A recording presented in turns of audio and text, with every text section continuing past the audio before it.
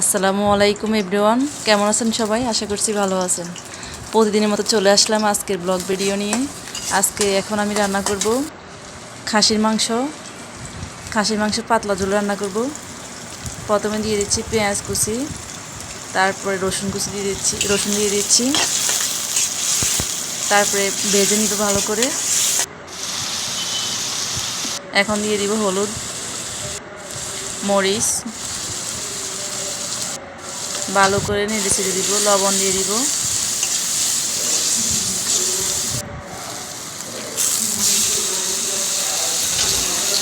মাংসগুলো দিয়ে দিব, ভালো করে নেড়ে ছেড়ে কষিয়ে নিব।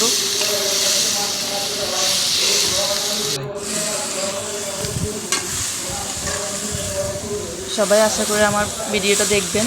যদি সবার ভালো লাগে লাইক কমেন্ট করে জানাবেন। এখন দিয়ে দিব আদা বাটা,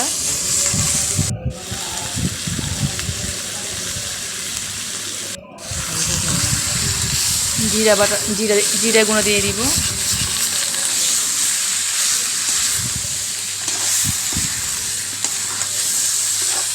ভালো করে নেড়ে চেড়ে মশলা মিশিয়ে নিব। টমেটো কুচি দিয়ে দিচ্ছি।